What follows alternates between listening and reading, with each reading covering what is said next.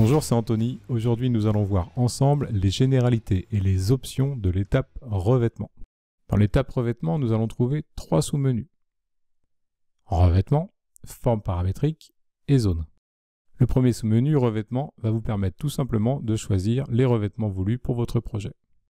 Comme dans toutes les étapes possédant un catalogue, vous aurez ici une barre de recherche qui vous permettra de trouver des revêtements par couleur ou par nom de revêtement par exemple. La deuxième méthode pour trouver un revêtement consiste à explorer le catalogue.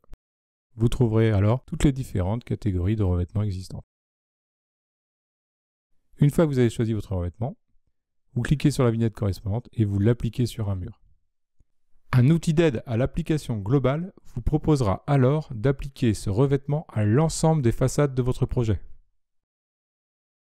À chaque fois que vous cliquez sur un mur, un petit icône « Copier le revêtement » apparaît. Vous pouvez alors cocher « Sélection continue », cliquer sur le petit icône « Copier le revêtement » et vous pourrez enchaîner la duplication de ce revêtement sur différentes parties de votre projet.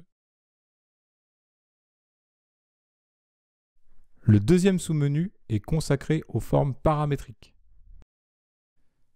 Les formes paramétriques sont des outils qui vous permettent de créer des éléments complémentaires à votre projet, comme par exemple des poteaux, des restanques, des talus pour un terrain, ou ici, dans notre exemple, créer une rampe d'accès handicapée.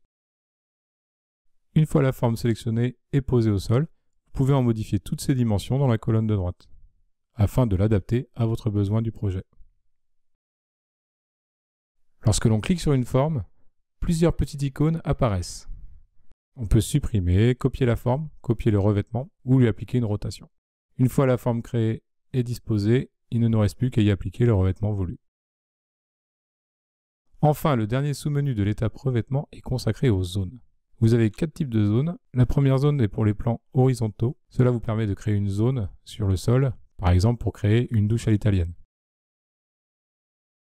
La deuxième vignette vous propose de créer une zone sur un plan vertical. Vous allez ainsi pouvoir, par exemple, créer un encadrement de fenêtre, autrement appelé mode nature.